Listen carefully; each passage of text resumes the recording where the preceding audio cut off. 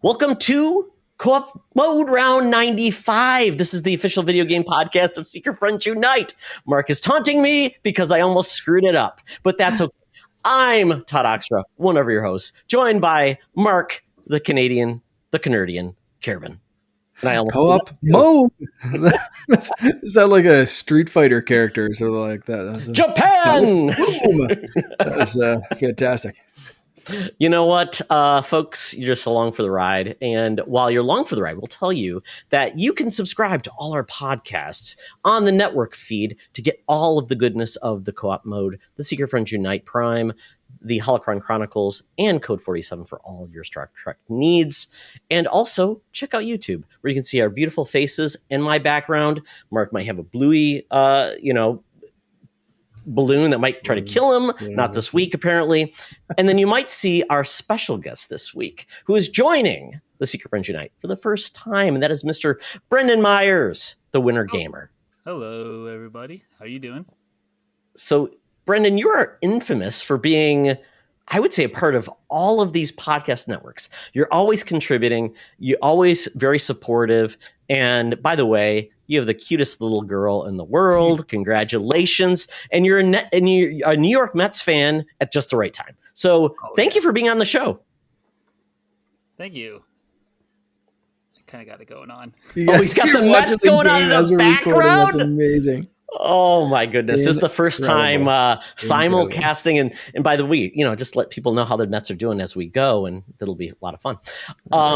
So there we go. So Brendan, people want to get to know you a little bit better. I'm going to ask you a really quick question. The WinterGamer, where does that tag come from? It comes from my favorite, one of my favorite movies I could watch over again, The Winter Soldier. And so I just added it to gaming. So, because sometimes it feels like I just get pulled out of ice to play some games from time to time. I thought it might be a Game of Thrones reference, maybe. Nah. Winter is coming. It always reminded me of the Winter Soldier. So I figured, I never asked you, but I figured that was kind of the reference. So I'm glad that I got that right. Well, very, very cool. Well, to get to know you even better, Mark this week picked our Buy Rent Return edition. So Mark, please tell us more about Buy Rent Return. Well, we are going to be talking about some Disney stuff later. So I decided to choose some Disney games from the days of old. We're going back, so we're not tackling any of the newer games. We're tackling some of the classics. Luckily, you can play some of these now if you wanted to go back. So the three choices are Lion King, and I didn't really specify Super Nintendo or Genesis. There are some differences in some of these games. So I'm going to let you choose if you want to choose the platform that you want to play this on. So we're going to go Lion King, Aladdin, and Ducktales for the NES. Buy, rent, return. Let's start with our guest. Get to pick your brain a little bit, Brendan. How you feeling about it? I'm definitely going to buy Lion King. That was definitely one that we had as kids, and as I remember playing it, was just like, oh hey, like I'm actually getting further and further and not needing to need the codes as much and all that. So it's impressive. It's a tough game. That one will definitely be it, especially because like all the music along with it, just because anything from the SNES era is just the music is just point on. And then I'm gonna return Ducktales because I've never played that, and I'm assuming we're doing this now, and I don't have the patience to master that difficult game at the moment. So fair enough. Good choice. I'm gonna rent Aladdin because I remember definitely playing that. Just was always disappointed though that you were throwing apples, especially with the SNES. I think it was only with the SNES. Like I think in the Genesis version he had a sword. Yes.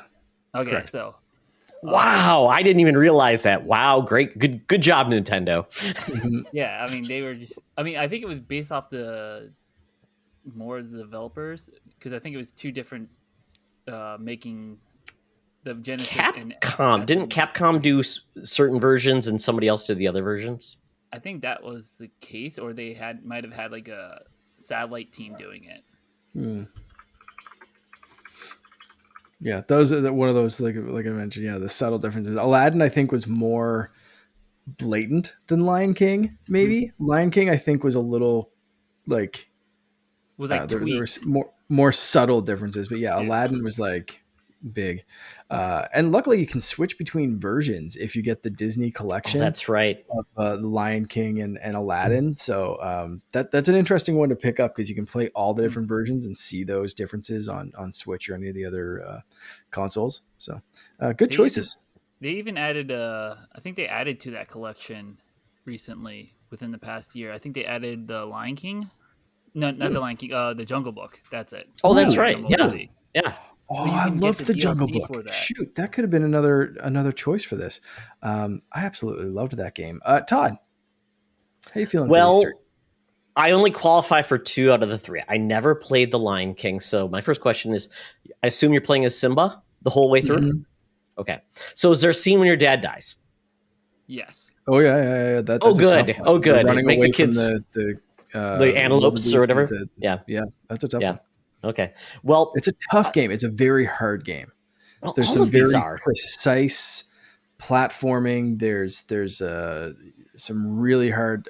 Even the I just can't wait to be king is like you're going through and you're trying to grab onto things. Whether it's tough, man. It's not a Dance Revolution part where you have to dance to the Hakuna Matata or anything like that. No, okay. Well, as you can tell, I know nothing about these, but I do remember these games, all of them. Well, The Lion King and Aladdin, at least from the gameplay I've seen and played, the animation style was wonderful. It was just very fluid, beautiful, very much looked very animated for the time, considering, these weren't high level consoles, but they did great things with the animation style. I just looked. Tommy Tallarico did a lot of the composing, so he's great. So, and really did justice to it. So I'm going to say my buy is DuckTales. I loved it. I thought it was wonderful. I was a much better gamer back in the day, so I actually did pretty well in that game. And the remaster's out, which you can play. It's really well done, and they actually did a better job with like the difficulty. And it looks more like the cartoon, which is great. So, and they use the voice cast, which I love. So that's my buy. But I don't know. I think the NES game should come to the NES online system. Come on. Mm-hmm. Nintendo, make a deal with Disney, get these games on there. But then Aladdin, I did play the Genesis version, and I loved it. I don't know the difference between, except you guys talked about apples versus swords, so I'll take a sword any day. But yeah, once again, beautiful, difficult platforming. So yeah, that would be my rent. And Aladdin is probably my favorite Disney animated movie. Jasmine might have a part of that, so that's all I'll say. But then The Lion King, while I love that movie, I never played the game, so I can't really make a judgment. So I would probably return it because I was so bad at it and I couldn't play it at my current age. So there you go. Right. I like it. My selections are actually going to be the same as Todd's, but I did play all 3 of these. But DuckTales for the NES, it has a special place. I got so good at that game when I was a kid because it, again, it was one of those, like, here's your game for the year. Enjoy it. So I beat the hell out of that game. That was a good one. And going back and playing the remastered, remade version or whatever is close, but still like not quite hitting that same. So I'm with you, Todd. I wish they'd released like the actual version. They should have a demaster, but I'm guessing they made enough tweaks that it couldn't be like pixel for pixel in the same thing. But yeah. So I'll buy that one. I will rent. I'll rent Lion King, I think. Yeah, I'm gonna rent Lion King just because it's so tough, but the music's so good. Oh man, Aladdin's good too. I don't know. Shoot, these are tough, man. These 2 coin toss. So I'm gonna say I'll rent Lion King and return Aladdin. Although that's hurting me because of Jasmine. Damn. Yeah, I have more memories with the Lion King, trying to get through like all those bits and stuff. And I didn't play as much of Aladdin. So maybe I should actually rent that one and put more time in. You know what? Yeah, screw it. I'm renting Aladdin. I'm returning the Lion King. Locked in, final answer. And regardless of whatever happens now, Mark, you're just going to go and buy the collection on Twitch. I already have the collection. Okay. There you go. You're good to go. Add to it. I bought them all. I don't care, right? There was no Todd tough decision where you had to like Yeah, cut the cart in half or anything. Yes. There's no returning for me. That's I own all of these, so whatever. Very, very good. Bye. Well, let us know if you agree or disagree, and That's if you have a favorite of these games. So with that, Brendan, you ask questions all the time, so it's only fitting that you ask a question live and in person, and we'll come up with our answer on the fly. So you had a couple. So which question would you have for us that you would love to hear our answers? I will go with. I'll go with this one. It says that which of the big three, have the most to gain by having one of their IPs that they have under their name but haven't used in a while be given to a third party that will need to be multi-platform is the only thing. So multiplat. I got an answer. Jump at it, Todd. Okay. I'm going with Sony. I'm going Siphon Filter because Sony apparently only wants us to play the crappy game on PS1 that you can play in the PS Plus system. And I tried that game. It is horrific to play just because of the controls and everything. It's horrible.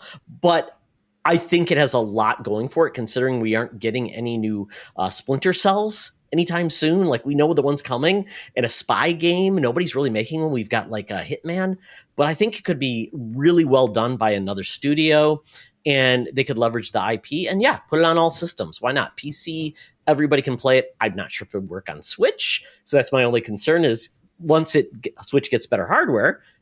Yeah, of course, put it on there. So that would be my. I think it just fits in that we're kind of lacking in that genre of not an online, but just a single player spy type based mission game where maybe there's some stealth but combat as well. Especially since we haven't had a James Bond game in a million years. So that's what I'm going with. So Siphon Filter, easy to do, third party. Sony can like make the proceeds from it, but everybody can play it. I like it. Brendan, what was your answer for this? I was thinking have Nintendo do Kid Icarus with Ubisoft because they did Phoenix Rising, so you can change it up to be even more Breath of the Wild like, and it wouldn't be foul play because hey, you're using Nintendo's IP. Because I remember from Kid Icarus Uprising, you had all these different weapons and was running around, and I think that would make the gameplay even better than just having just those set moves. You're always just using a sword. You're just changing how it looks or whatever in the effects. But this would be able to even just add more to it by doing flight combat as well. It makes a lot of sense because Ubisoft and Nintendo have a good relationship. And I always thought they were going to do like what they did with, what was it? The space fighting game. Star Fox and Starlink. Yeah. I thought they were going to do that, and they were just going to do like for the Nintendo version. I thought it was going to be you're playing Kid Icarus, which I got a question about Kid Icarus. Is it the kid of Icarus because that's why your name is Pit and not Icarus? Is that a good like thought? I don't know. I just thought it was weird. It's like his name is Pit, but it says Kid Icarus. So I'm like, it's the kid of Icarus. Yeah, maybe. Why not? Don't know. Good pick though. Good pick. I like that. Yeah. I still want that 3DS game to come to Switch. It's a no-brainer, and it definitely should. Yeah. File save as. Let's go. I have kind of two answers for this, and I don't know which one I like better. So I'll let you guys decide. Because the first one's kind of dumb, and it's Nintendo releasing Wave Race. Because if you look how good like Sea of Thieves looks on an Xbox Series X, I want that water effect. I want that kind of level of like detail on my wave racing. And they just released Wave Race 64, so I'm in a wave race mood. When am I not in a wave race mood? But I think so. That's my Nintendo answer. But I do have an Xbox answer, and that's Banjo Kazooie. Because I mean, come on, they're just sitting on it. Just make a Banjo game, release it cross-platform. You have to have it on Switch, so just throw Sony a bone. I think that would it gives Xbox a family title, which they desperately need. It could reinvigorate the brand like Sony's done with a few of their brands. I think that one's a no-brainer. I just think let's go. Just let someone have fun with that. If you're not going to yourself, just give it to someone that knows platforming and can just do it. Like, yeah. And I don't even know, you know, who you'd give it to, but what's it, the ones that made Yeah. Ukulele? Platonic, wasn't it? Yeah, Playtonic can play it. Yeah, they can make it. Yeah, Them, and just let them go nuts. give them a budget. Yeah, Yeah. they can do it. Because I think the problem with Platonic and what they were doing was they were trying to not be Banjo Kazooie, but still have that same feel. Now, if you give them Banjo Kazooie, they can just do it. Like you're literally taking the cuffs off of them, and they can fight with a fair chance. Especially with an Xbox budget backing them too. Like they're Yeah. an indie studio, All the trying assets, to do all the studios that Banjo-Kazooie can while support not them. being, you know, it's a tough balance, and they did it. Yeah. And so, can you imagine with Microsoft money, you know, Big Daddy Phil opening up his back pocket and just letting them have fun and do what they want and do it well? Like, oh man, yeah. Because I mean, that's the one. the fact that Psychonauts were able to have the funding and be able to create the game that they wanted. Like they will say this made the game by having that backing. So I would go with definitely with Banjo and Microsoft's big money. Yeah, for sure. Mark, I've got a developer for your Wave Race game. The developers behind Maneater. They know how to make a shark an awesome game, and they knew propulsion and all this stuff. They know water. Make them do that, and maybe sharks chase them. Or you're riding on a shark. Just replace the jet ski. You're just riding sharks. You got it. I was gonna say, change it from 64. You could ride a dolphin. Let's ride some sharks. Let's go. This is up in your alley, Mark. Man. You're all about the wildlife and the aqua life there. So yeah. Absolutely. Absolutely. I would be pumped for either of those, but I think Banjo is the right call. I think that's out of my two picks. I think that one's like, this should happen.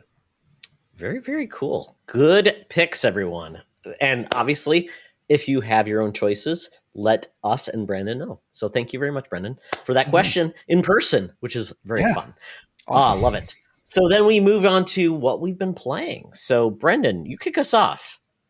So just today I finished playing Nobody Saves the World, which is on Game Pass,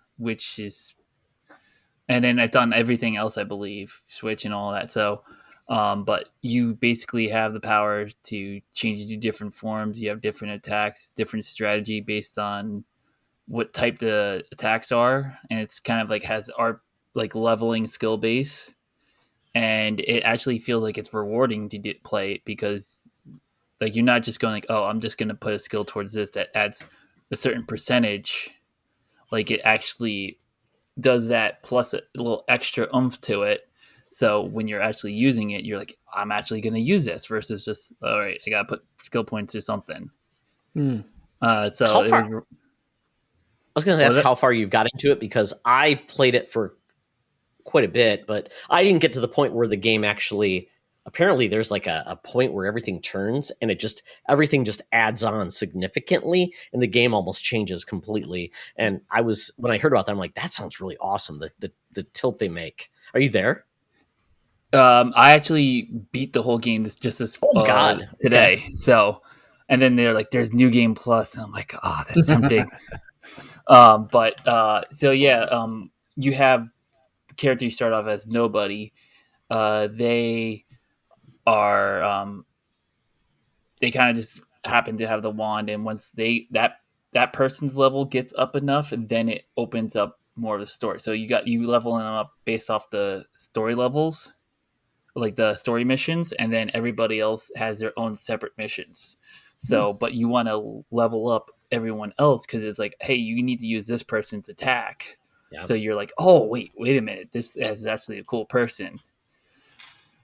Cool. That's by the Guacamelee team, Dreambox. Yes. Yeah. There's a couple of vending machines in the game, and of course they had They had all that artwork for their games and made them be like vending drinks and all that stuff.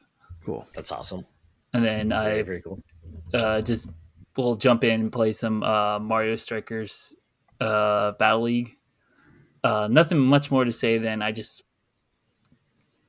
one of the games that I grew up playing, the GameCube version, with my older brother and younger brother, and so got very competitive. That my older brother took the GameCube to college and started playing with everybody, and me and my younger brother was like, "What the hell's wrong with this? He didn't even leave us the PS2."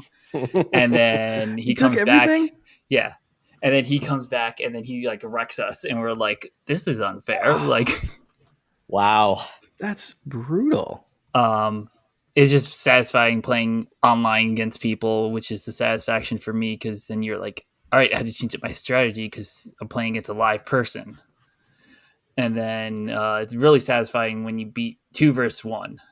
Like, you guys, there was 2 of you and I beat you. So, and then That's I always great. jumped into some Pokemon Unite. Just there was a game like it, MOBA, before that was based off of a mobile MOBA, but they didn't make it crossplay, so it died off like really quick on the Switch. Like, it took like years to get a game. So nice with Pokemon Unite, like I get that itch, and actually using a controller versus playing like League of Legends on the computer with mouse and keyboard. Mm-hmm. And then Is that on PC as well, or is it just mobile and Switch? people are probably playing it on PC. They're probably running the mobile mods on their PCs. But it's just for what I launch officially is just mobile and Switch. Yep. And I then haven't really played that game since launch. I have to jump back in and see. I'm just, sure there's a ton of stuff that's new. They did Tyranitar today or this Sweet. week, so I'm like, that got me to go in. Like, it's kind of nice. It's like with like games like Overwatch, like they're like, oh, they're releasing this new character. It's like, well, I don't really play that kind of character. I'm more of like an attack person. But when you're like, well, that's my favorite Pokemon, like of course I'm gonna jump in and I'm gonna try it. So and That's so awesome. And I just recently got I was letting my buddy borrow my OG Switch because I went and got an OLED. So it's like now I can actually play both. Like, I can have multiplayer games on the one Switch, and then I can just take the one that I take with me to work, play my single player games. Nice. So I got that nice strategy going on, so I don't have to. All right, well, I want to play this. Got to quit out of this game and go play this. Sweet. I will mention, because this is a MOBA, and League of Legends is a MOBA as well. It's kind of like the granddaddy of them all.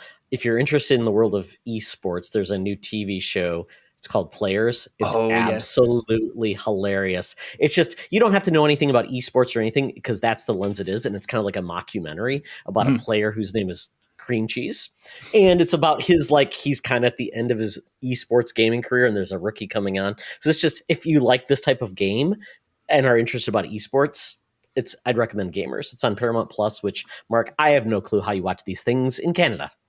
I have Paramount Plus. That's there you go. You watch it. The Sonic movies are. That's where the Paw Patrol movie is. That's where Halo is. Even better. Paramount Plus is all set up. Don't worry about it. There you go. Check it out. Players, you will get a kick out of it, and Lauren can watch it too and actually be entertained.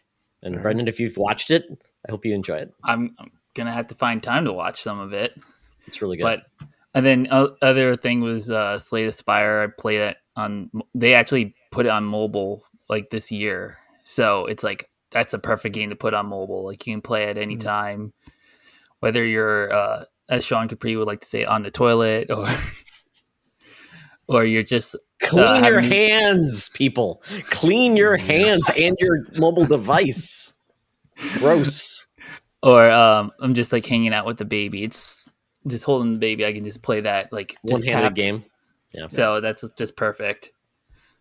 I played Slay the Spire as a coach for my son.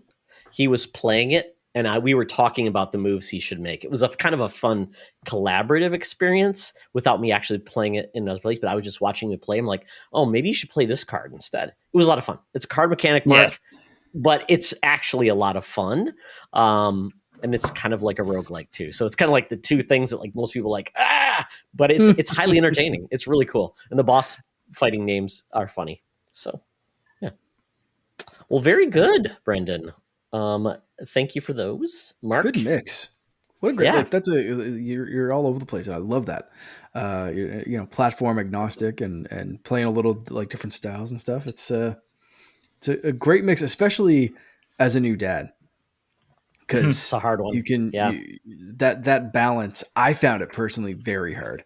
It was like I'll try to play my Switch and then something will happen, or I'll try to fire up the Xbox and it's like the only time I'd really fire up the Xbox was like midnight, and I'd try to play for a half hour before my eyes would just close and I'd just fall asleep on the couch. Like it was just I found it was like kind of a tough balance to especially jump between different things. If I'd play a round of Fortnite, that was a good night. But it's awesome to hear that you're like kind of keeping up with stuff and making it work while still navigating that kind of stuff. It's good. And you said you mentioned you taking your Switch to work and that kind of stuff. So that kind of helps, I'm guessing. Yeah, it made it easier. I'm on my last week of paternity to split off before baby goes to daycare, and we don't have a nanny. So that difference, making it easier. So I'm like, baby's asleep, quickly do some chores. Now jump on. Oh yeah, that's awesome. Paternity leave. Wow. I think I got like no paternity leave when my son was, but that was 16 years ago. So it was a dark ages, and I don't live in Canada where you get like 3 years off or something. I don't remember what it is. If she was born 23 days earlier, I would have only gotten 1 week. Oh wow. Yeah. Oh, wow. My son was a month early too, and those little preemies are just so cute. Yeah, gotta love them. For me, I have been, last time I mentioned I had finished Pokemon or jumped back into Pokemon Brilliant Diamond. I finished that one, beat the Elite Four and all that kind of stuff. Did some of the after game things, chasing those legendaries and all that fun shenanigans. It's impressive that you did that all without my help, Mark. You didn't ask me for one. I was trying to do it all on my own instead of going to the Poketod expert for that one. But I might have to pick your brain about Pokemon Legends Arceus, which I'm now diving back into. Again, didn't finish either of the Pokemon games last fall. I played bits of both of them and then kind of just was like, I need a Poke break. And so now I'm jumping back in and I'm ready to go and enjoying this one. Not quite as much as Diamond. I think I'm still more of a fan of the traditional Pokemon games. Like Diamond, I liked Sword and Shield. Arceus, there's a few things I really, really like about it. A few of the mechanics that I hope make it into Violet and Scarlet, that I've seen a few things in the trailers and I'm like, I think they're taking this, but there's a lot in this game that's very much changing the formula. And for me, it has that problem of like too many quests at the same time. So there's all these like unopened quests and there's like all this stuff that I can do. And some of them are very simple. And then others are so vague that it's like, where do I even begin to go for this? And that's not even going on the main mission that I'm supposed to be. So I'll go, ADD myself off on 17 different side quests and then be like, what was I supposed to be doing? Oh, right. Yeah. Something in the complete opposite direction to like save the world. But instead I'm picking berries. So it's it's one of those kind of games that I think I could spend 200 hours on, but I kind of don't want to, because I don't want to be Pokemon burned out for Scarlet and Violet. So it's a weird balancing act for me, and I'm trying to enjoy this game for what it is while also not getting burned out on Pokemon games. So tough, but I am enjoying it. And now that they've opened it up to Pokemon Home, I'm enjoying that. So I can kind of create a team, although this game's very, very closed with like who I can send over. So it doesn't have like my boy Nidorann's missing from it. There's so many others that like I can't really transfer over, or it's kind of making it tough for me. So anyway, we'll see. I think I'm gonna try to just Golden Path finish this game and then maybe deal with some side quests and stuff. But I think I only have one more. I forget what they're called, like legendary.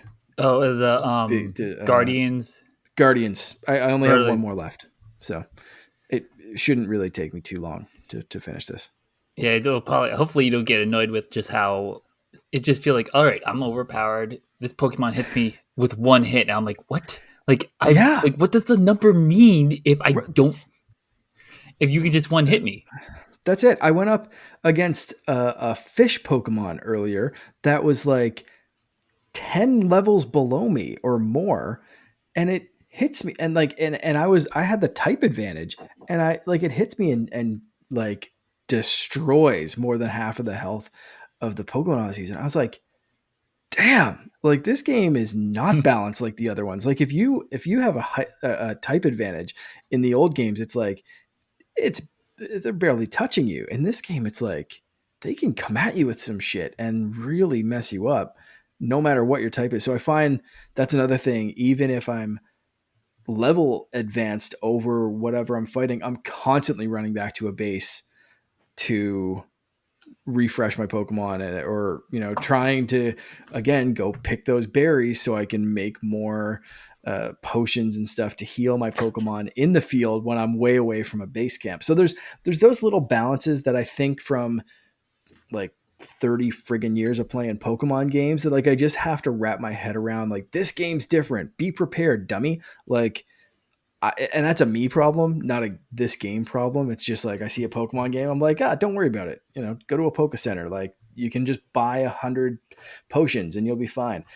In this one, there is a little bit more crafting to it. There's a little bit more planning to it. There's a little bit more thing, just some stuff. But I very much enjoy how this is laid out and the kind of mystery about it and stuff like that. But I have to stop getting distracted, I think is my big problem. So did Magikarp take you out? No, it was oh shoot, what was it? Quillfish. It's like the poison fish that looks like a puffer fish kind of looking thing. Yeah, Quillfish, I think. Anyway, that's what took me out. Or it didn't actually take me out. I mean, I still defeated it. It just like my was it Torgruda? What's the turtle looking starter turtle thing? Anyway, that's what it took out. Torgutron, Mark. It's Torgutron, of course. There we go. That's Why wouldn't you know that? I know that because I just made it up. Anyway, that's what it took out, and I thought that had the type advantage being a plant, but anyway, didn't. So yeah, I took it out with something else, and we're good. I think actually I used a Graveler because of the rock advantage, or the dirt advantage against poison. So I think it was weird because usually using rock against water is bad. But anyway, the other thing I've been playing, or I guess not really playing, dabbling into, is Horizon Worlds in VR. And so on the weekend I had just some like free time, and I was using my VR, and I was like, let's see what's in Horizon Worlds. I haven't jumped in a bit, and I used to love going into venues, and now that's kind of in VR. So I jumped in and saw like a list of live events that was going on, and I jumped into a comedy club. And like there were people around, and like we were sitting at tables. So I jumped on a table with a guy, and we were like talking for a second as the comedians were like switching up and stuff. But like an actual comedian wearing a VR set moved his little avatar up to the stage, grabbed the microphone, and did a full set. Holy cow. And it was so cool. I very much enjoyed it. It was really cool. And in between sets, like there was a group of us kind of talking, and like you could kind of heckle the people, like your voice projected as you were. So I'm like sitting in my living room and just enjoying this comedy show and like laughing out loud to nobody actually around me, but like laughing with all these people in virtual realities and like making these new friends and stuff. And like, like I said, the guy that I sat next to, his name's Cal, and he just like, yeah, how you doing? Or whatever. And like, they even give you like fruit on the tables that you can throw up at the stage and stuff. But we were kind of like in between. We were like all tossing it back and forth between different tables and stuff, because you could actually toss it and catch it, which was really neat. So it was, just a really cool experience. Was the Raw Dog Comedy was the place that hosted it. They have a Facebook page, and they have a Sirius XM channel too, Raw Dog Comedy. Yeah. No, maybe yeah. Anyway, yeah, it was a really cool experience. Raw Dog Comedy Club is the Facebook thing, and it's a DAWG. But yeah, it was really cool, and I hope they hope to keep going with it and get different comedians and like have an open mic kind of thing. So if you think you're funny and you want to try VR comedy, go nuts.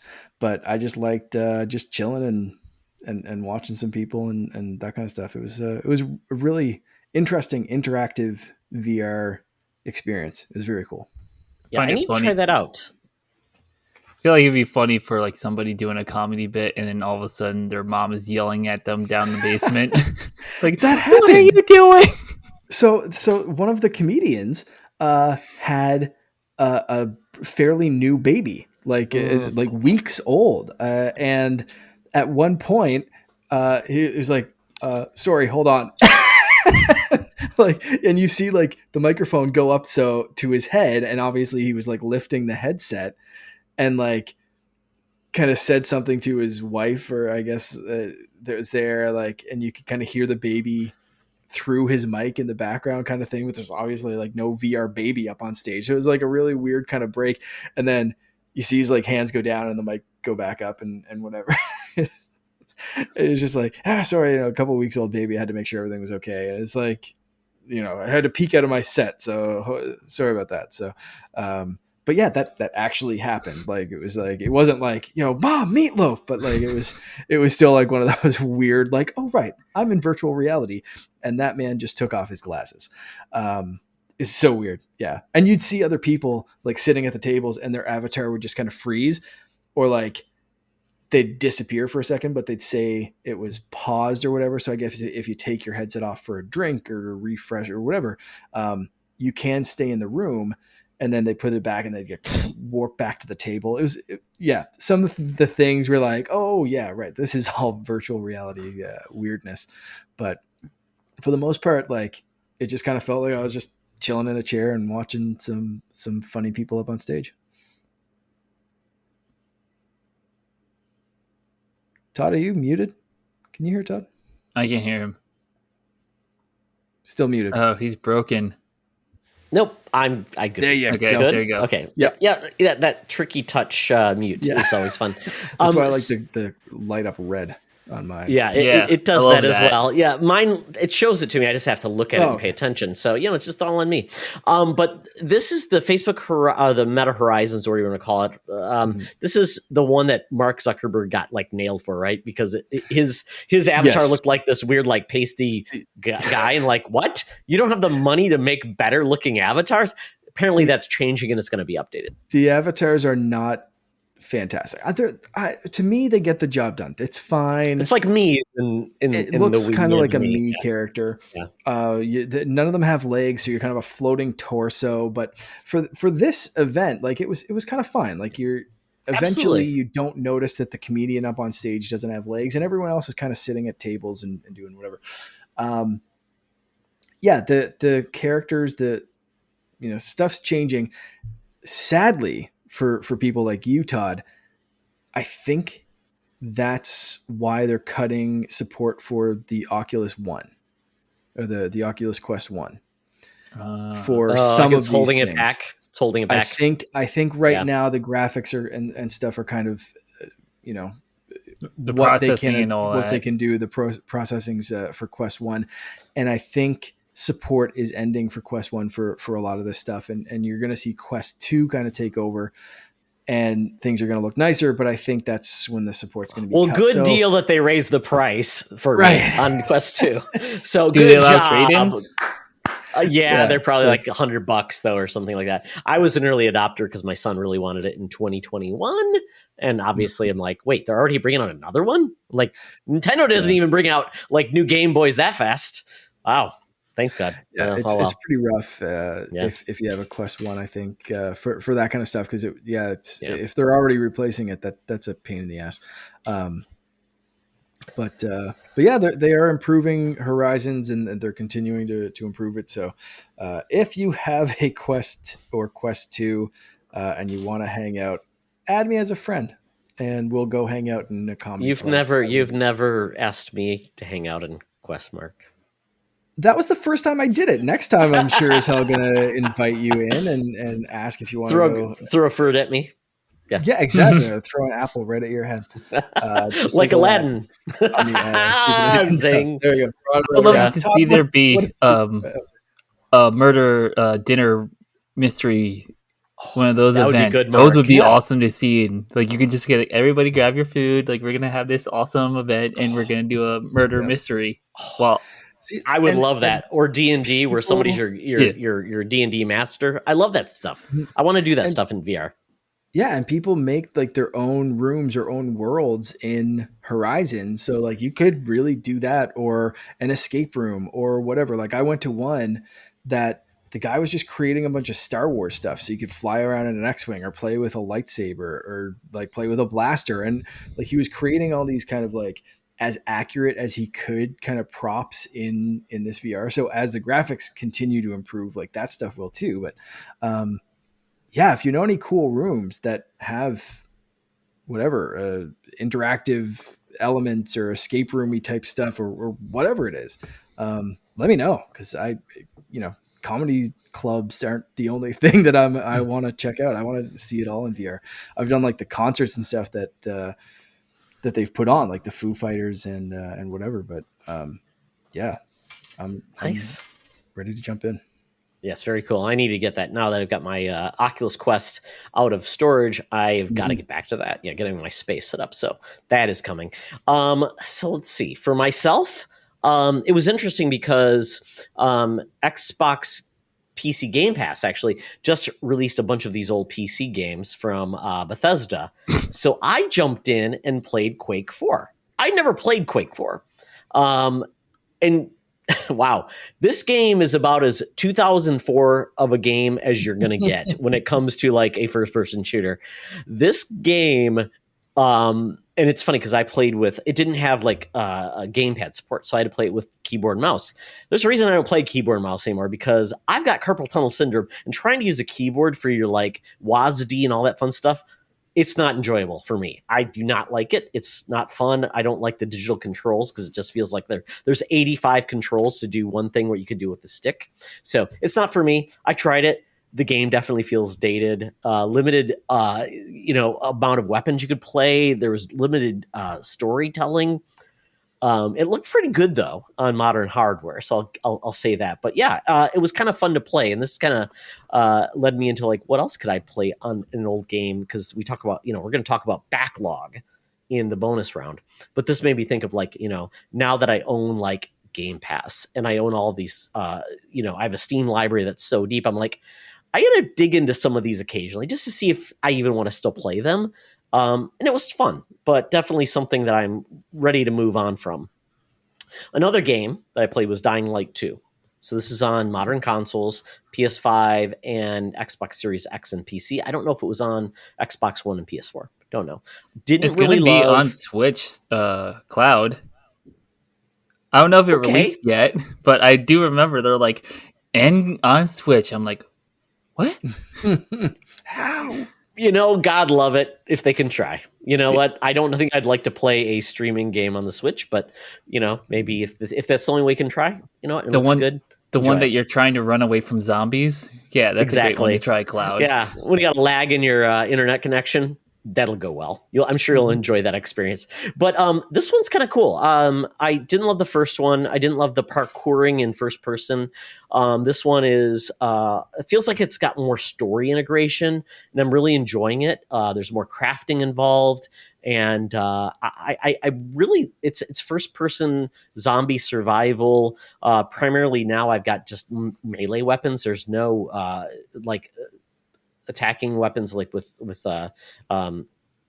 like any guns or anything combat. So, but it's kind of got a cool like combat system where if you do like a guard or protect and you hit it the right way, you can like jump up in the air, hit somebody full on with your feet, like you're doing like this gymnast thing, and you can hit them into the wall and they explode. I'm like, okay, this game is not real at all. And Logan was watching me play, and I'm like, what are you doing, Dad? Why are people exploding when you kick them? I'm like, I don't know. This is like zombies are made of water balloons. Well, these were the humans. Well, these were the humans. Like these are like the punks of the future. You got to take them down, and of course, they're just like it's fun. I don't know if I want to have like a 90-hour experience in a game like this, and that's the problem. They're just too big. It just, you just can't have a 20-hour streamlined experience because there's going to be side quests. Mark, to your point, like anything else, open world, it becomes a point unless that's your game, that's the only game you play.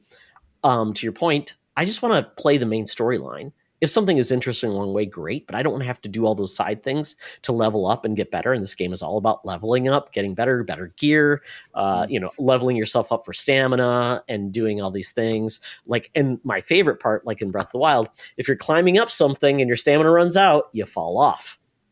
In a game that's all about parkour and stuff like that, that just is like a red flag for me. Of like, I know it's going to kill me many times and I'm not going to enjoy the experience. But I like what I've played so far, but I can just tell it's going to be too long to really make it the game I play, because I tend to like more 20 hours, 30-hour experiences.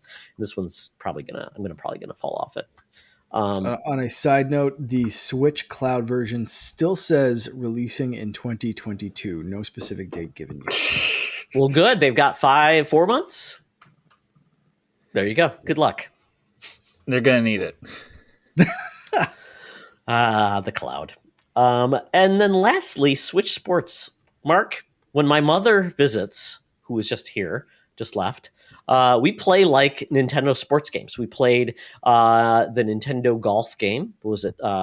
Rush was the last golf game. We played that. We had a good time because my mom's a golfer. And then my mom, my son and my wife were at Taekwondo, and I'm like, Mom, what do you want to do? Let's play some sports. We played all the sports. So trying to get a 77-year-old woman to learn how to play these games was very funny. She's got arthritis. So like some of the things like, oh, to do this, push this button, this, like she couldn't get her thumb to go and hit the Joy-Con. So I had to do it for every time. But we had a blast. We had a good time. Bowling was the favorite probably. We tried the sword fighting. She didn't like that because I beat her badly.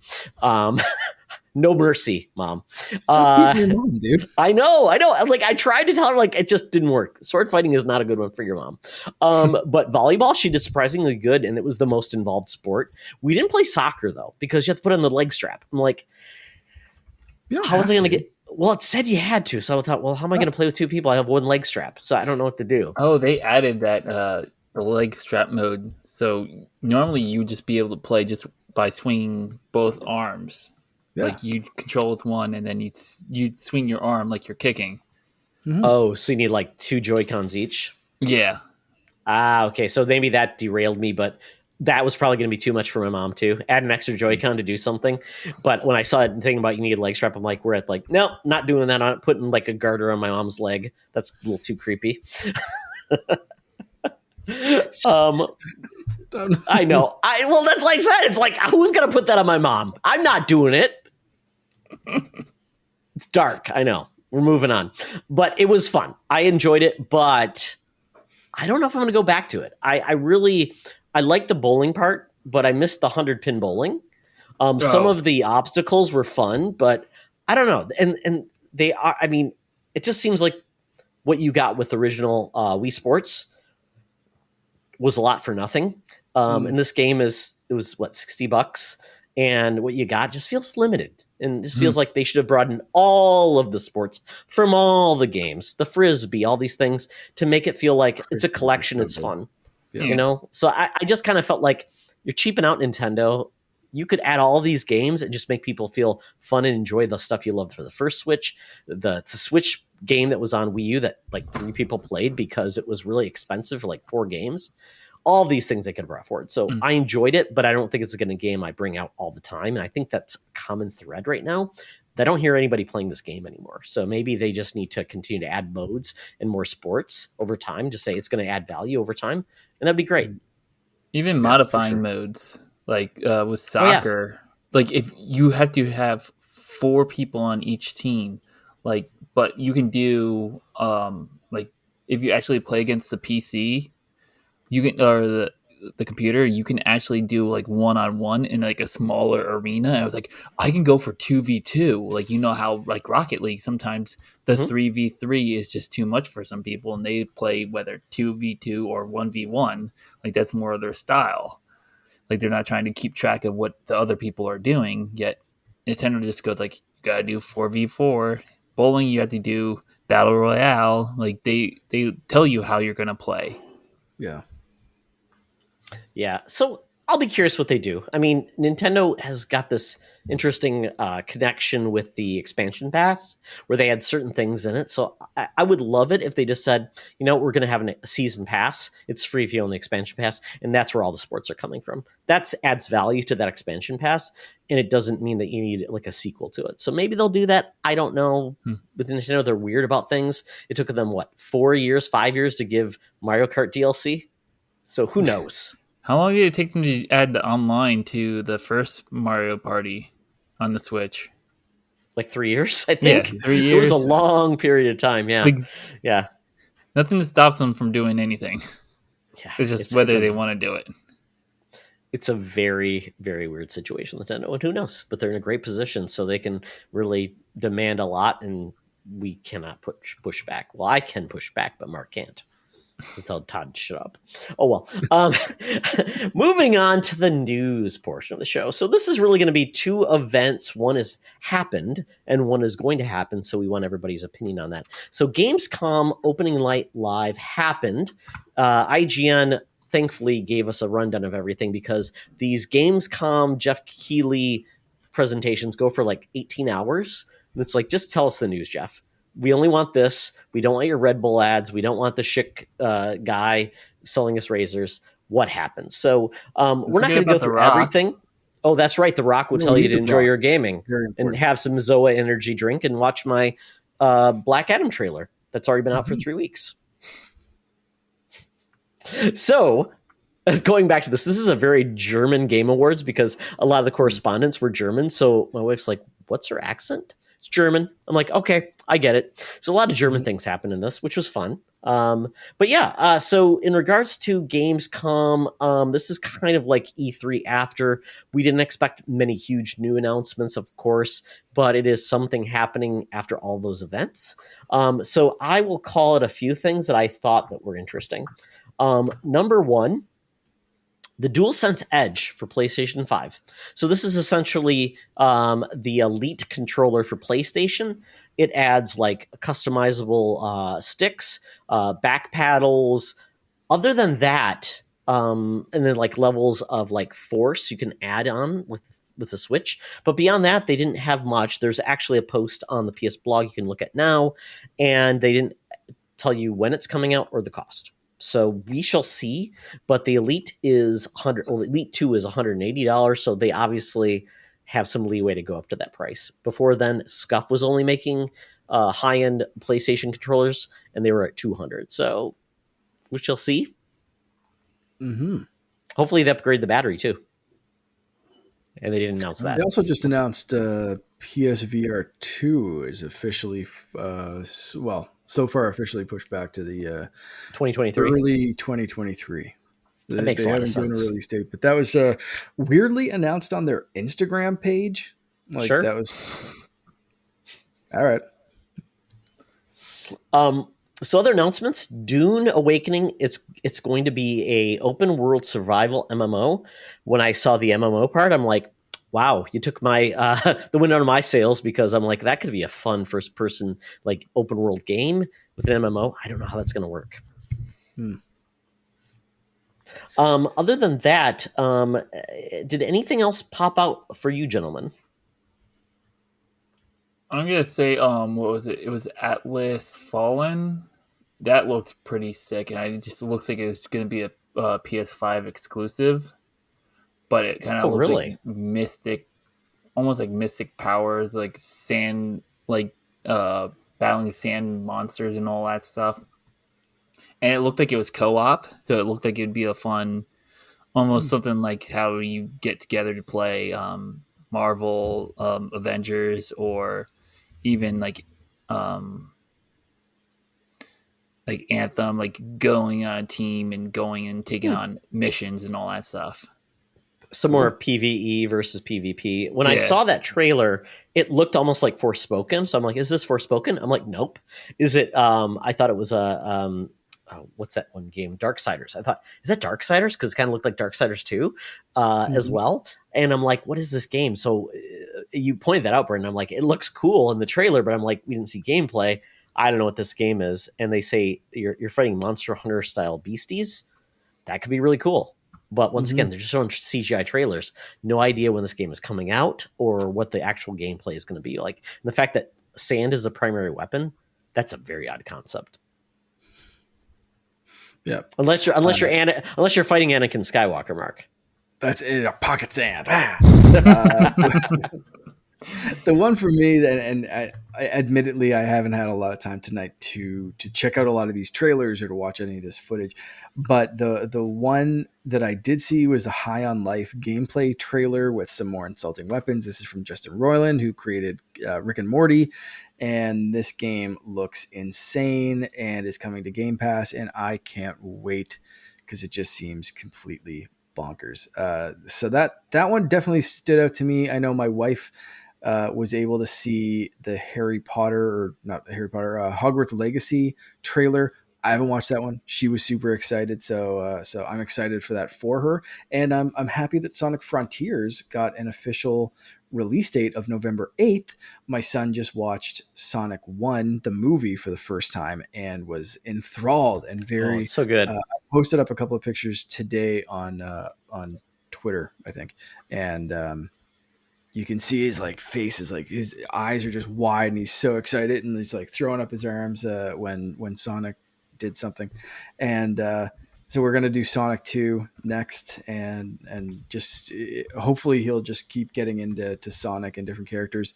And then to show him a game, I think that's going to blow his mind. So Sonic Frontiers could be his kind of first foray into a Sonic game.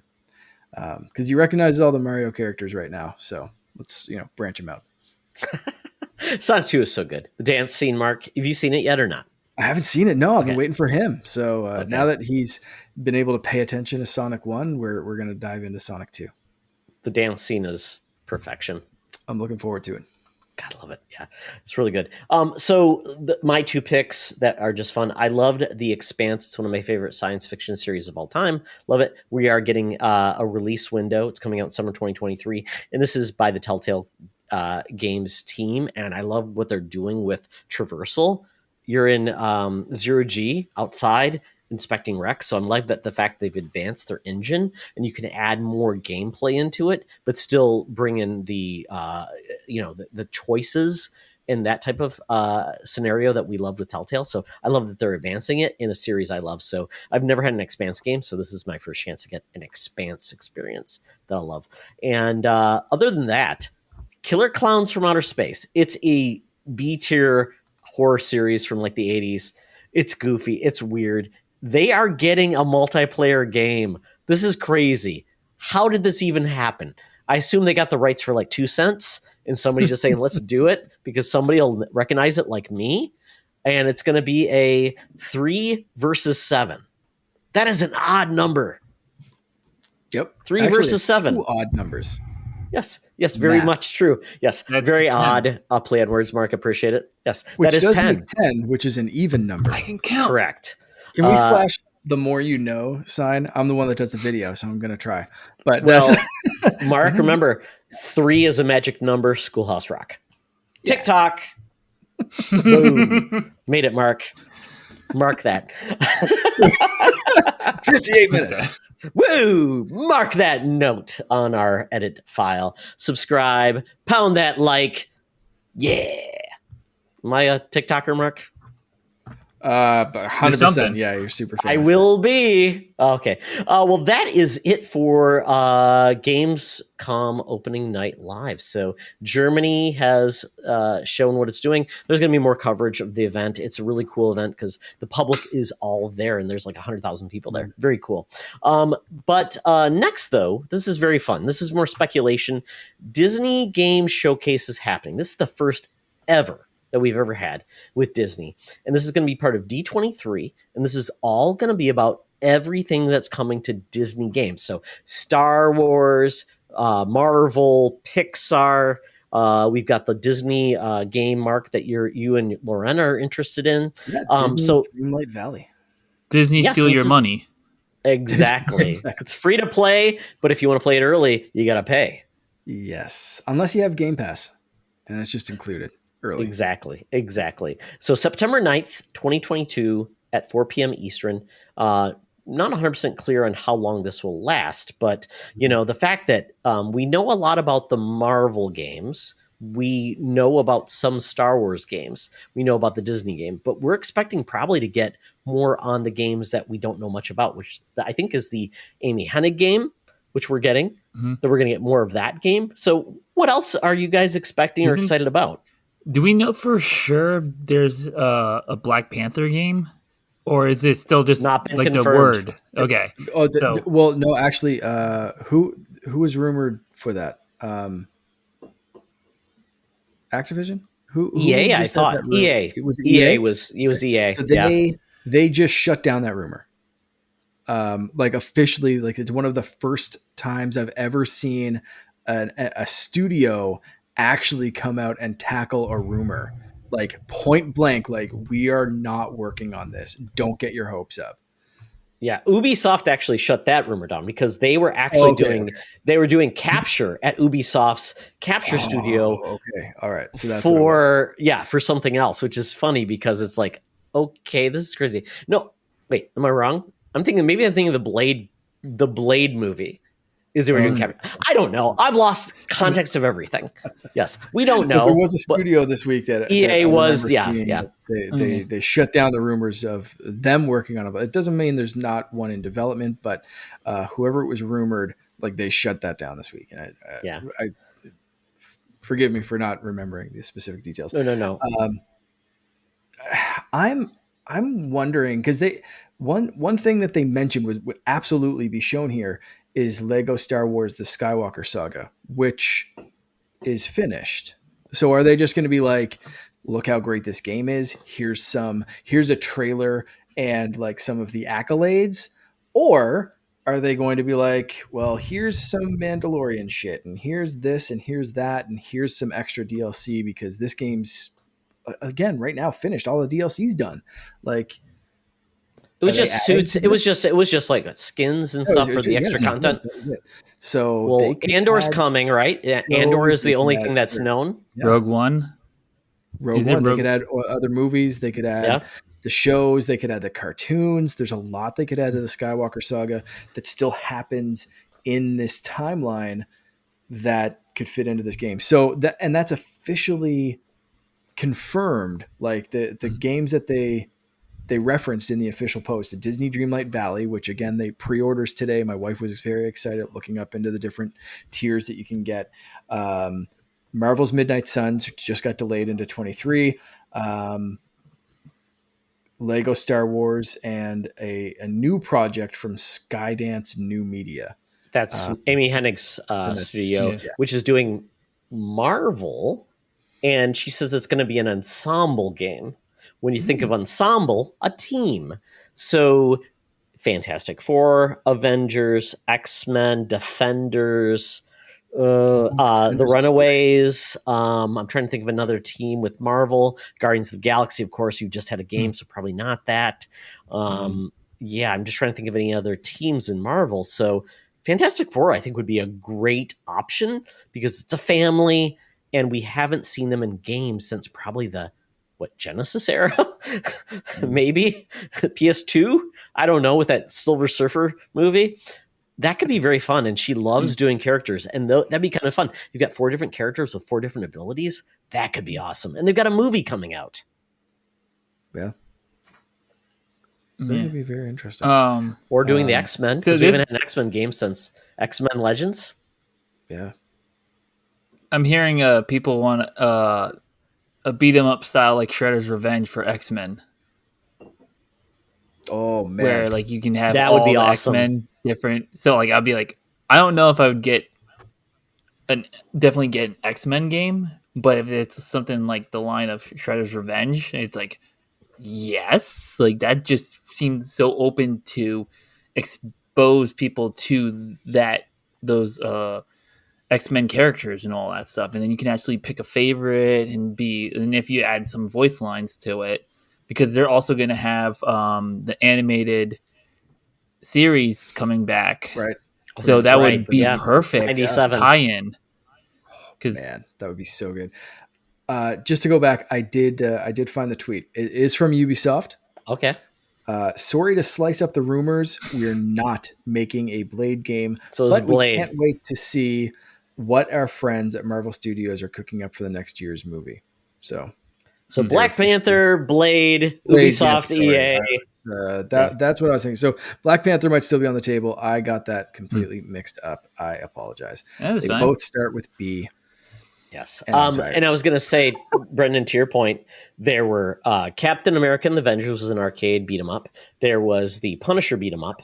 There was the X-Men beat 'em up. I'm trying to think if there any others. Oh, and there was a Spider-Man beat 'em up at the arcades as well. So I would love any of those to be made into a updated versus, like with Shredder's Revenge. That would be fantastic.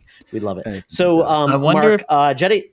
Oh, go ahead, Bryn. I was just thinking about it because we were talking about Marvel. I was thinking, like, I wonder if they're going to talk about Marvel Snap, the new mobile, card based, because it's in beta now on Android. So I don't know if they'd go a little bit further into maybe announcing a release date for that as well. Because I'm hearing people are finding that a good addictive game to play.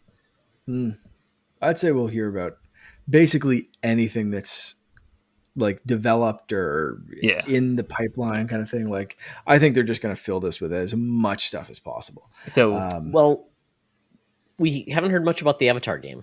Disney owns Avatar. That could be debut like a gameplay trailer. It's been delayed, but maybe they show something that could be interesting. And because we all love the Rescue Rangers Chip and Dale movie on Disney Plus, what if they brought back the Rescue Rangers? That'd be awesome. I'd be down.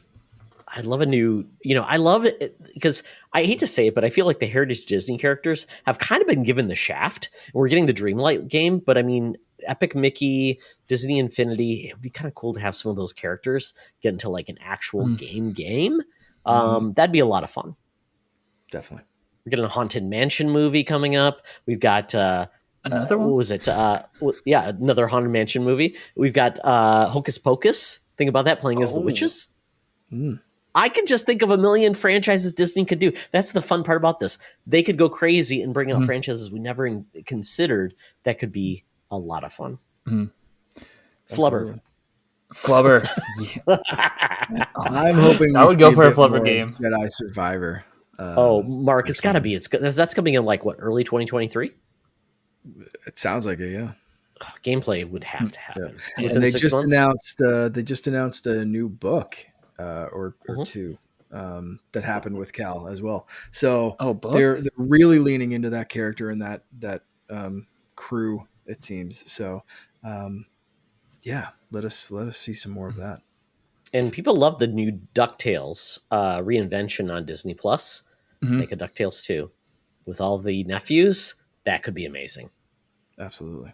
All right. Okay. Well, folks, let us know what you're expecting out of the Disney Game Showcase. This is exciting. Once again, something else to look forward to in September. I love this. And we're all excited. Oh, my goodness. Well, that leads us into the bonus round. So I was inspired because I was playing old games, nothing new, essentially. And I looked at my son has inherited my Steam account because he built a new PC.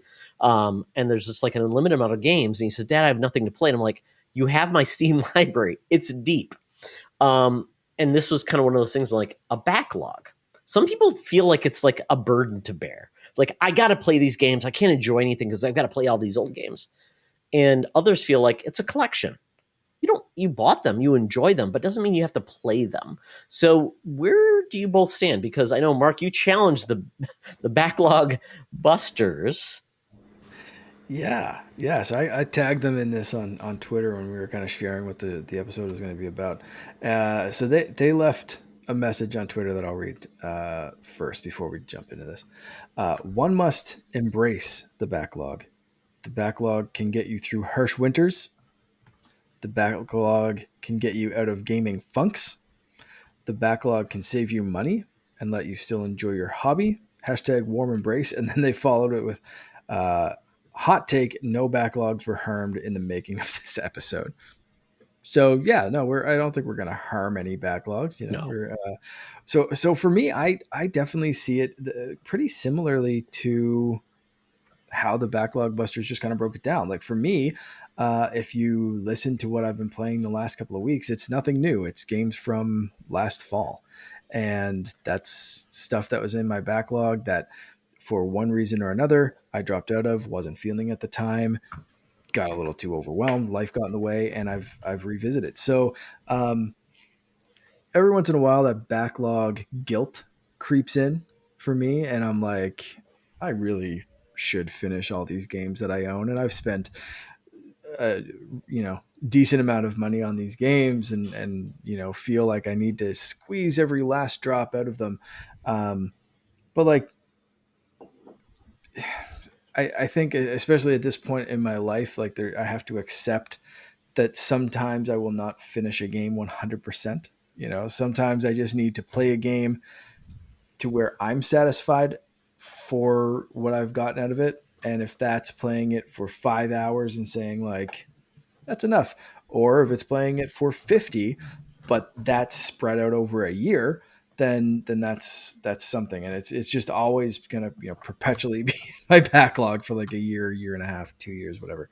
But that's like, for me, I just try my hardest to let it go and just embrace it for what it is. And if I get back to a game in a year or two or 5 years down the road and there's a new console generation coming up and I'm like, shit, I got to play this that I've been putting off for the last 3 years.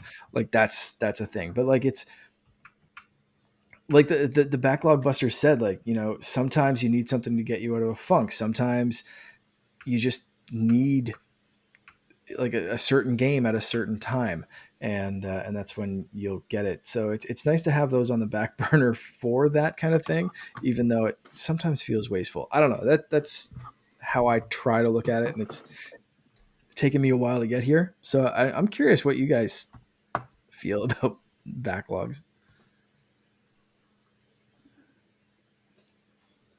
I will say the backlog is sometimes it allows the game to live on past your initial playthrough or your initial get.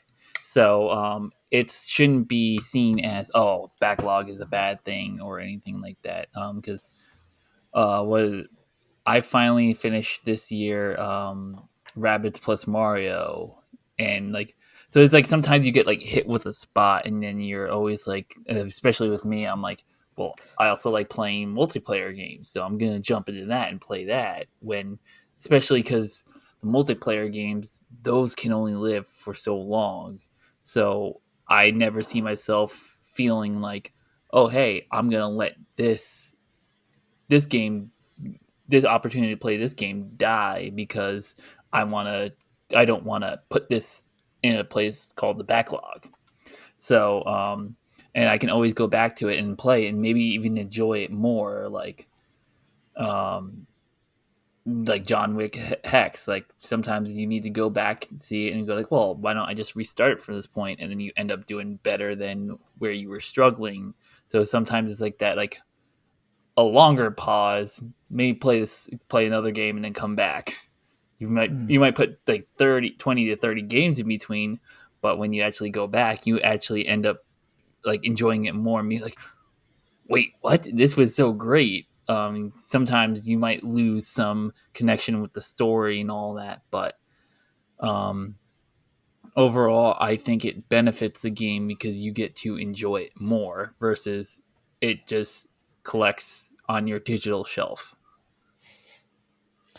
It's almost like you'd want like a shelf in front of you to see like, what do I own? That's the hard part with digital, right? Because I can look in my case and I can see my game cases, but when it comes to actually like your digital collection, it's very hard to gauge like how bad it is, especially if you own multiple systems throughout generations, things like that. I think one of the good things about gaming and waiting is games get better over time. They've been patched, they've been improved, they've added content. They have those things. Exactly. Sometimes they get delisted and then you can't play them. So it's a balance, especially like licensed content. So you have to be very careful with that. But It is interesting, and there's a lot more services that are doing a better job of telling you what you own across which console. GOG Galaxy is great. You can put in everything you own digitally or whatever, and it tells you what you have where, which is great because then you don't buy things multiple times on multiple systems, which I love. But ultimately, I think, Mark, you're right. Every game has an opportunity to get your experience and your time and your love. And sometimes that's enough. A little bit of a taste is enough. And I appreciate that because I don't have enough time in my life to play every game to completion because of whatever happens in the world. So I like to experience games and say, I get that, and that's enough. I don't need to be the one that finishes a game. I did that with Celeste. I got enough from Celeste. I didn't have to be the completionist and do all those things. And I think that's appropriate in a game where there's too many games for your time. And I do think that games often do not value your time because they want to take 130 hours. A lot of JRPGs are the same way, like 150 hours for Xenoblade Chronicles 3. I'm like, is 130 hours needed, or did they just expand it and do what they wanted to do? So I think it's really important to understand your time, especially if you're a parent, you're older, you've got other responsibilities, to understand where you're going to spend your time. Mark, you do a lot of live games like Fortnite.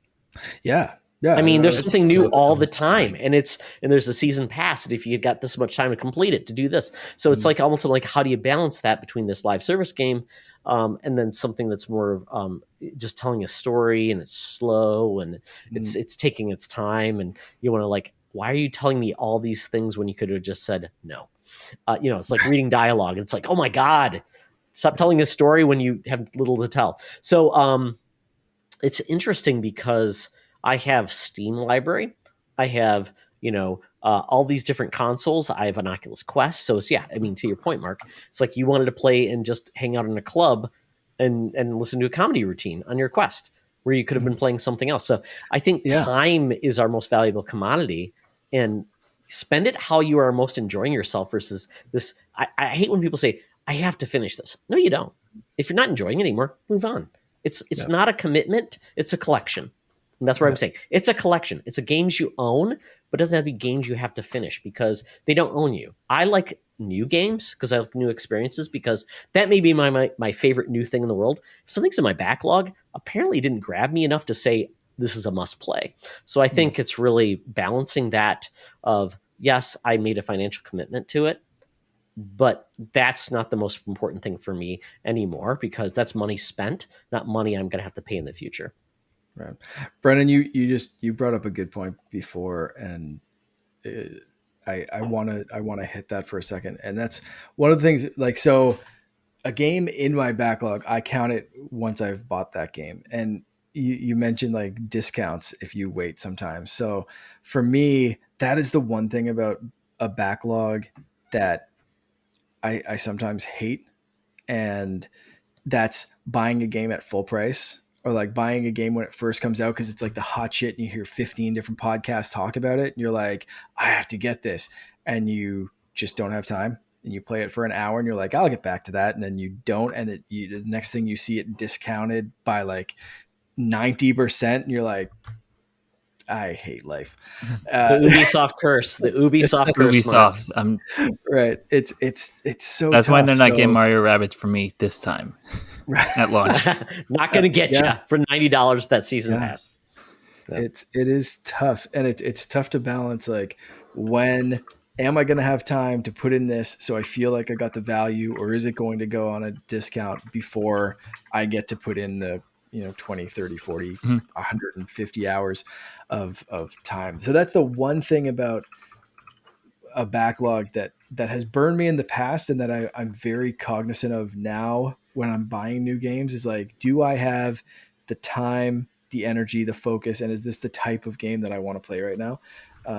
Otherwise, I usually don't mind getting things, especially if they are on sale and I notice a game on sale that I'm like, yeah, I'm going to throw $3 at this. I'm not going to play it right now, but it's going to be in my catalog, and I'm going to play it at some point and be able to revisit this because it's on a ridiculous sale right now for the next week. So those are my only balances are usually kind of financial, I guess, depending on the backlog, and that's the only time I really like put some thought into it. But before we wrap up, I do want to ask you guys: is there a game that haunts your backlog that you just got, you thought you'd love, that's like, I've never gotten to this and it haunts me to this day?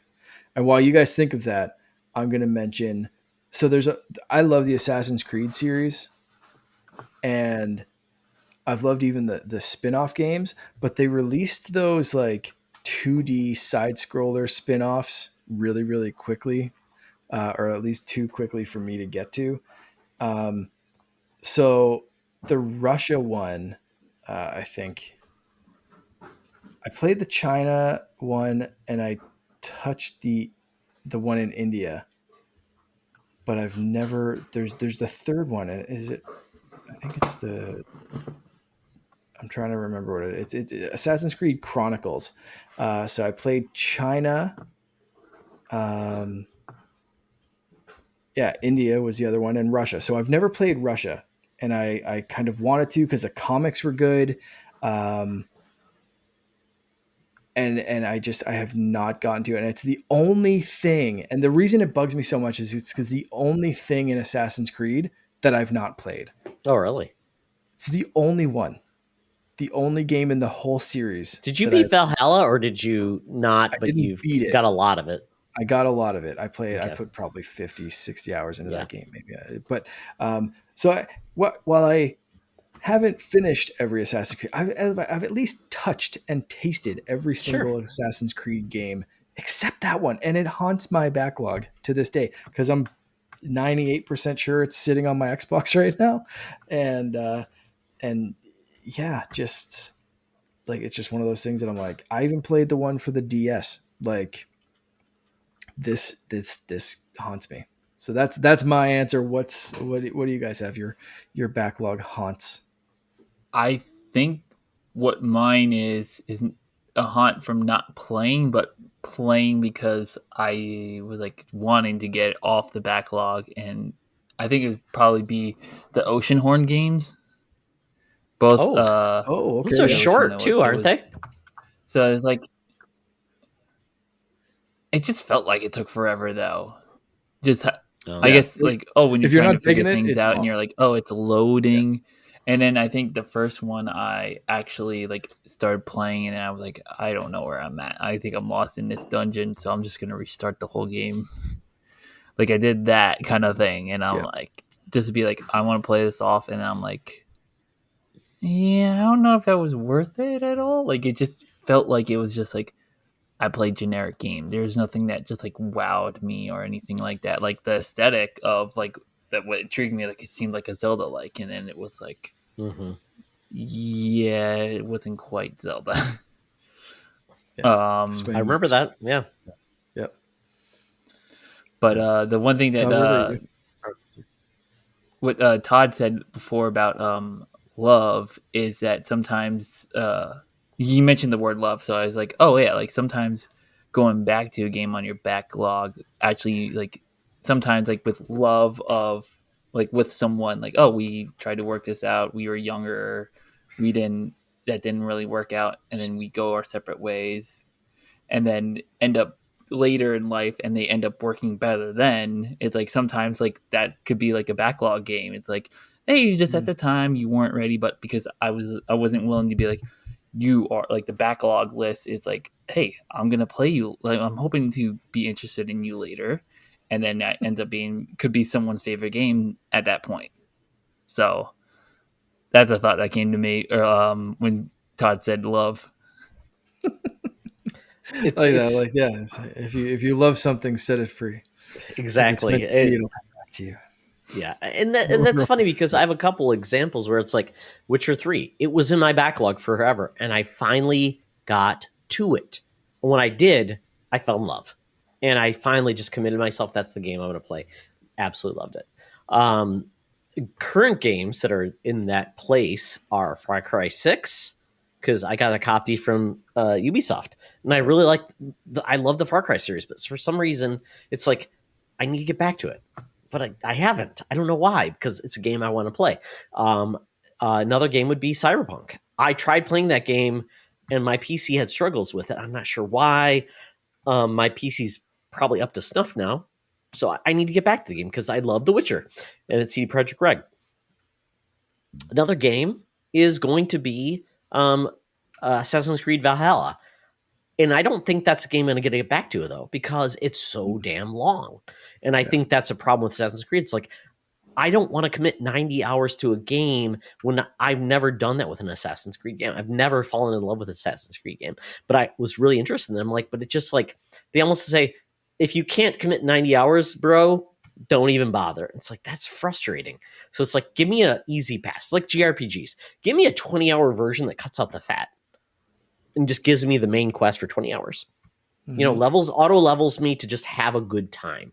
And that's what I want. So I would love more games that they actually respected our times as older folks that don't have all the time in the world. Just enjoy the experience, and I can still complete it versus saying, I didn't need 35 hours of side quests that leveled me up and got me this armor. I don't care. I just want to have a good time with the time I have. So, yeah, it is what it is. But yeah, I think that's where I land. So I'll probably get to Cyberpunk eventually because I just love that series. I'm not sure, though, if the other two I'll finally do.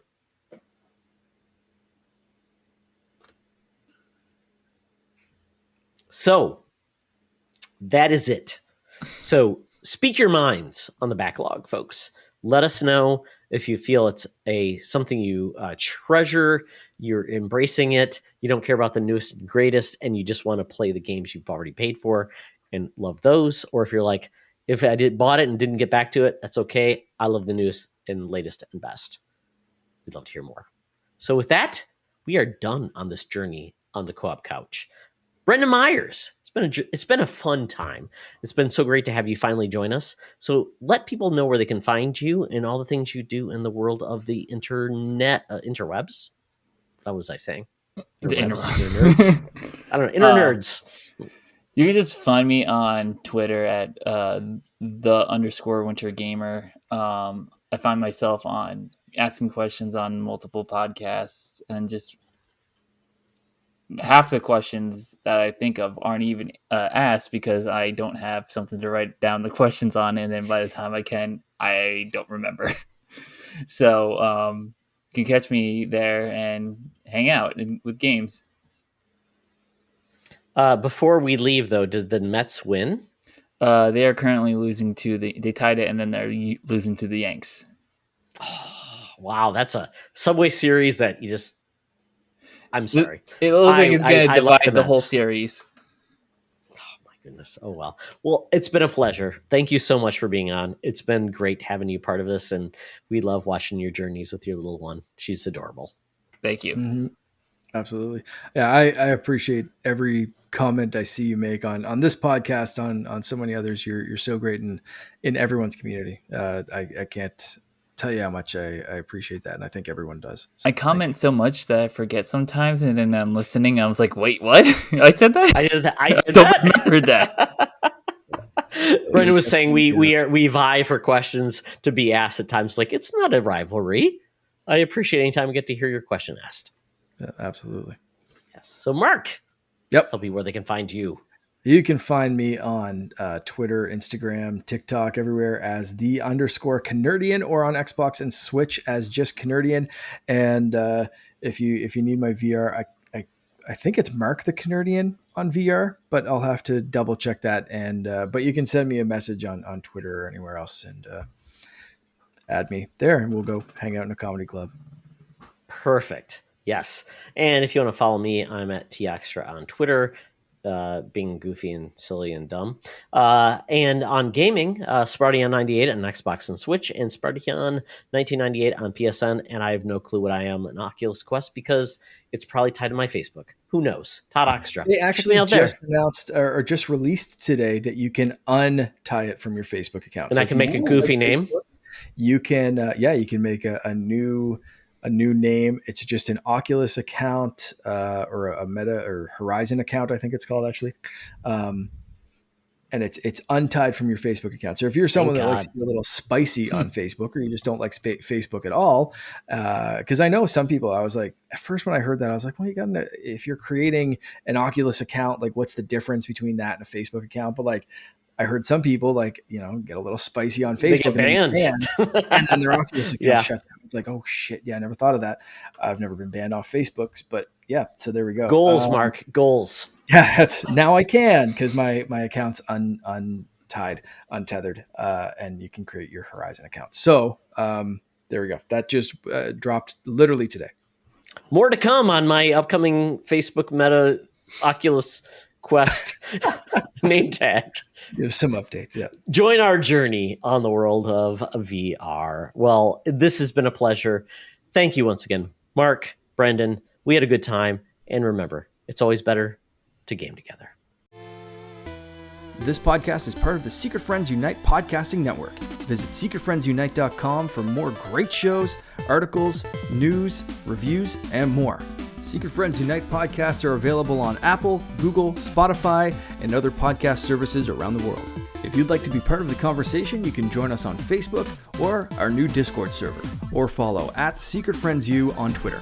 Please subscribe to Secret Friends Unite on YouTube and visit our merch store at tpublic.com. Just search Secret Friends Unite. Thanks for listening.